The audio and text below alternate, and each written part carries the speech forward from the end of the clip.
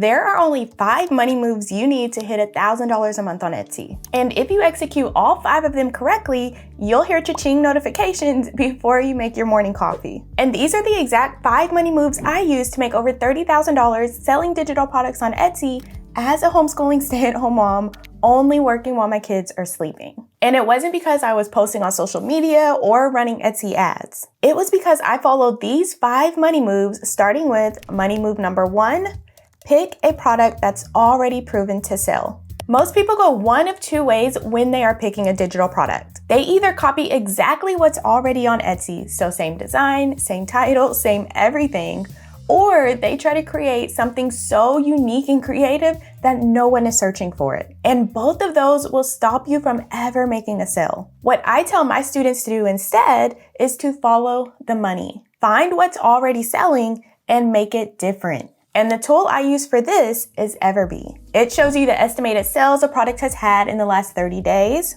You can see the trend graph to see if people are actively buying this product or if the trend is slowing down. You can also see which keywords have the highest search volume and the lowest competition. It gives you so much data that if you just follow the numbers, it'll make it so much easier for you to make a sale. And if you use the link in my description, you can get 1 month free of the growth plan, which is the plan that I use. And here's exactly what I look for. First, a product has to either have the bestseller badge or the popular now badge. That is a non-negotiable. This badge tells me Etsy is actively promoting this product because people are buying it. Then I want to see at least 30 sales in the last month.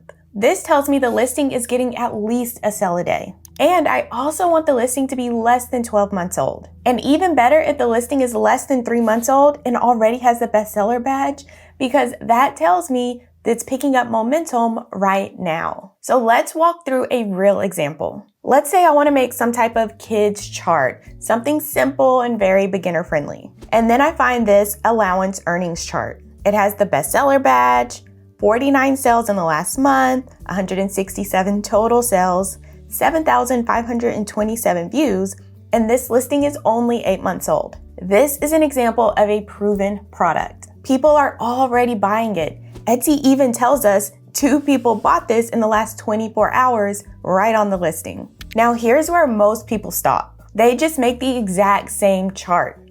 Do not do that. Instead, take the listing link and drop it into Claude, or upload the listing photos into your favorite AI and ask, what are simple ways I could make this product different? Maybe you make it for a specific age group. Design it in a minimalist style instead of colorful, or create a version for a specific routine like a morning checklist. You can make one specifically for a chore category like cleaning, or a version in a horizontal landscape layout that will still fit into a clipboard. You could even make it seasonal. A summer bucket list earnings chart where kids earn money for summer activities. Either way, you're not starting from scratch. You're looking at what's already working and asking yourself, what's missing? What could be better? What version of this doesn't exist yet? That's how you pick a product that actually sells instead of one that just sits in your shop. But picking the right product means nothing if you create it the wrong way. And this is where people accidentally set themselves up to get their shop shut down. So let's talk about money move number 2.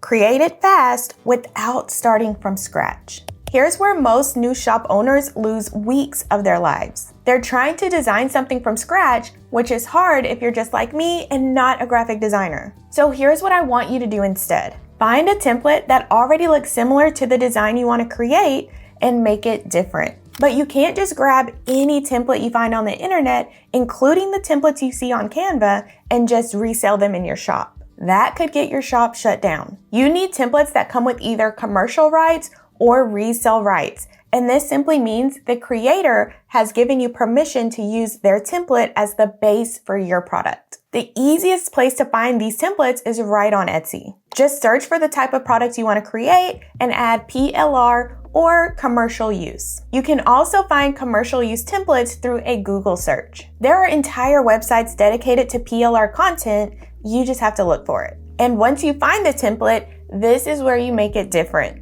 Going back to our allowance chart example, the bestseller we found was colorful, rainbow, and bright. So what could you do differently? You could make a neutral version for the parents who prefer a more minimalist style. You could design one in blues, reds, and greens that are more appealing to boys. You could make a version with simpler chores for toddlers, or one for teens with higher dollar amounts. Same product, different customer, different design, and now you have something the market doesn't already have. So you don't need to be a designer to do any of this. You just need to be the person who pays attention to what's missing. But even if you have the perfect product, you'll still struggle to make sales if you skip money move number 3, make your listing photos do the selling. Every single listing photo should be answering a question your customer is asking. So before you add anything to your listing photo, text, a mock-up, any type of graphic or element, ask yourself, what is this telling my customer? What question is this answering?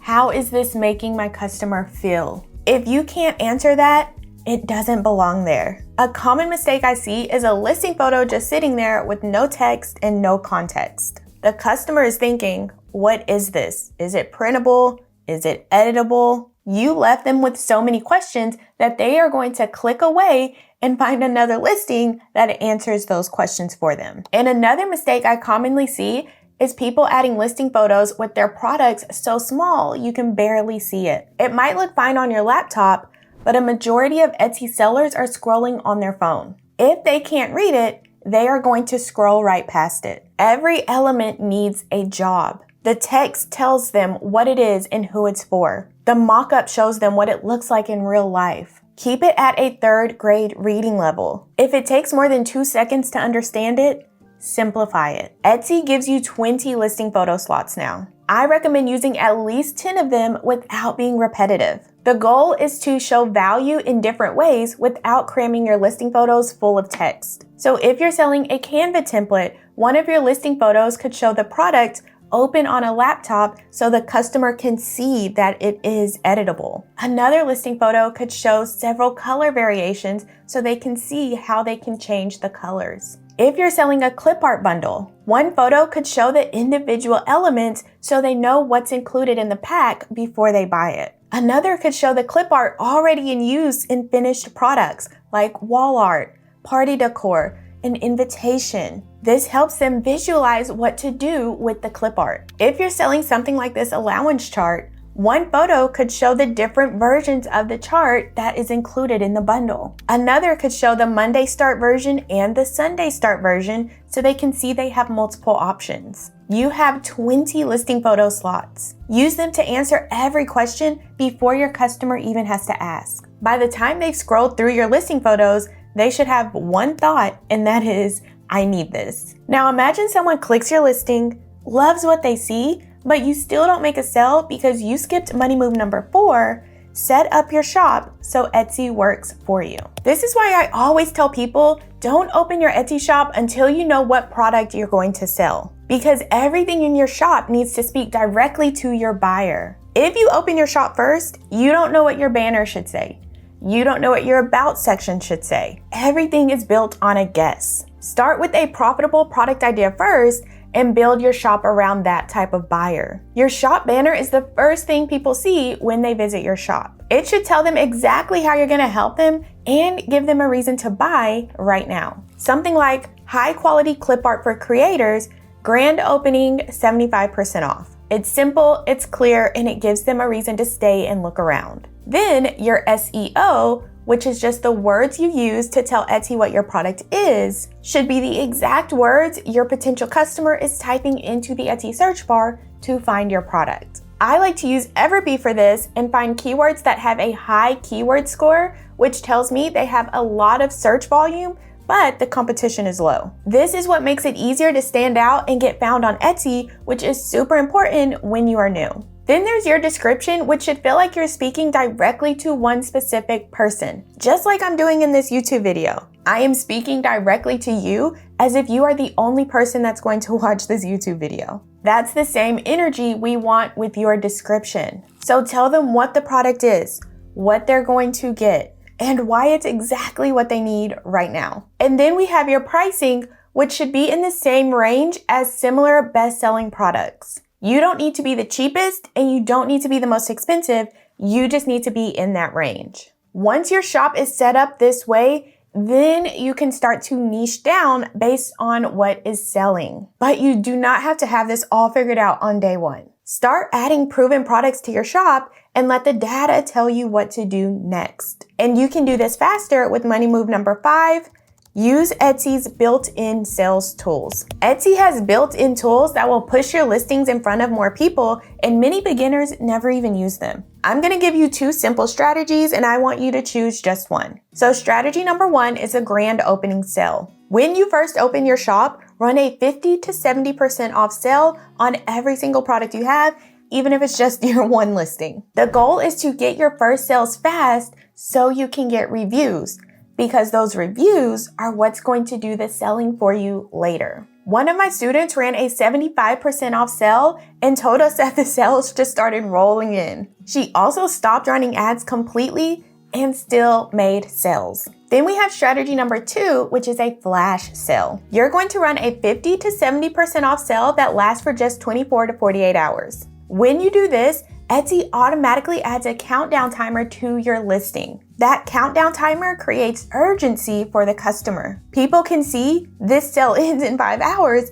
and they stop hesitating. One of my students tried this strategy after seeing it in one of my YouTube videos and made 5 sales from that flash sale alone. Now she runs flash sales in both of her Etsy shops consistently. So pick one of these strategies and let Etsy do the work. And let me show you how fast all of this can come together. Because if you're focused, you can complete all 5 money moves in as little as 7 days. So on day 1, you're researching a proven product using Everbee and then finding the commercial use template. On days 2 and 3, you are editing that template to make it different. On days 4 and 5, you are making your listing photos so that they answer any question a potential customer may have. On day 6, you're setting up your shop so it speaks directly to that type of buyer. And on day 7, you are live with a sale running and getting views from potential customers. 1 week from now, you could have a shop set up the right way, not the way most people do it, where they're listing random products